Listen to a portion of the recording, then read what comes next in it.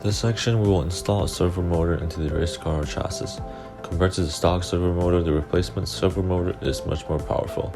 This allows the race car to effectively steer despite the additional weight that will be mounted on the chassis in later sections. First, we will insert 6 hex nuts into the inlets below each of the servo cage screw holes.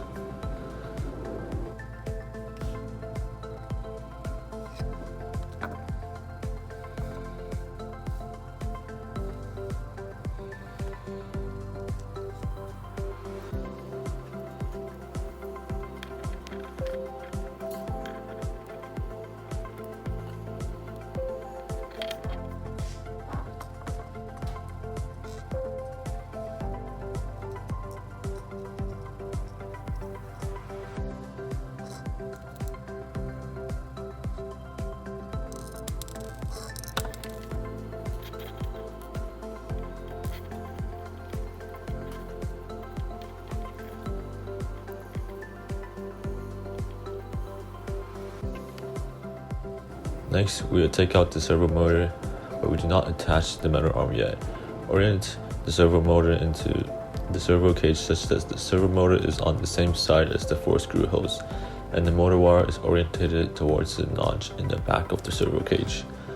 The servo motor should prevent the 6 hex nuts from falling out of their holes. Insert 4 M2.5 pan head screws to mount the servo motor to the servo cage.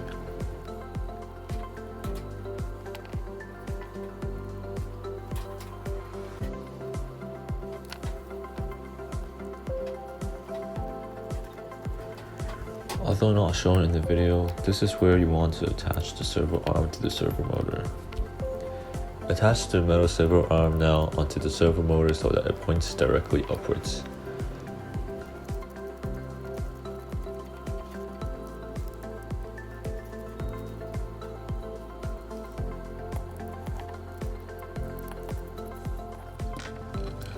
Take out the old stock servo motor and remove the servo arm with the necessary tools shown in the video, or alternatively it can also be done with pliers. But we have found that it could be easier to use stronger tools, especially when the metal ball is screwed on really tight.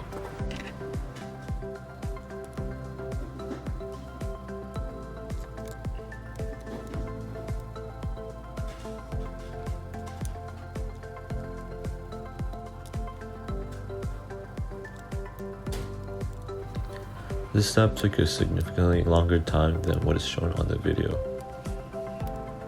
and it requires a bit of patience and skill in order to successfully remove the metal ball.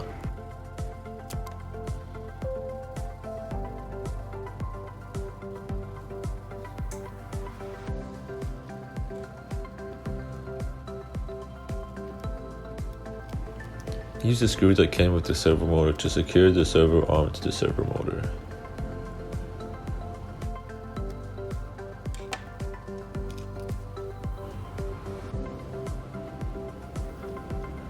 Position the servo motor cage on the chassis, oriented so that the servo arm is facing towards the right side of the race car chassis of the race car and the wires run towards the back of the race car. The 2 stubs on the servo motor cage should protrude through the corresponding holes on the chassis, which can be seen from below. Flip the car over and attach the servo cage to the chassis with the M2.5 flathead screws.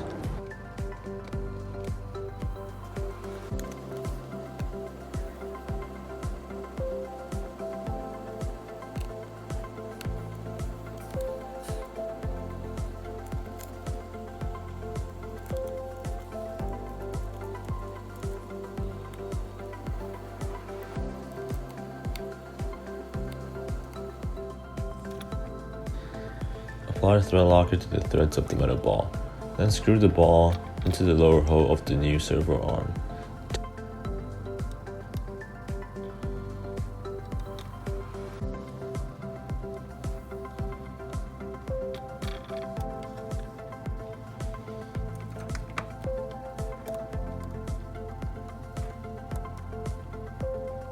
Tighten it by screwing it with the pliers.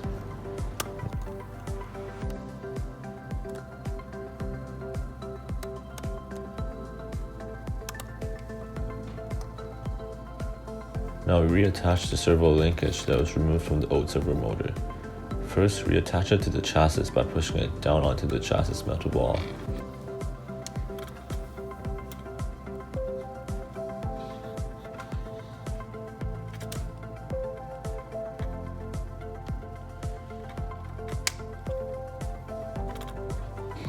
Then we have to line up the linkage with the servo arm's metal ball by turning the wheels or the servo arm, and then reattach it with pliers.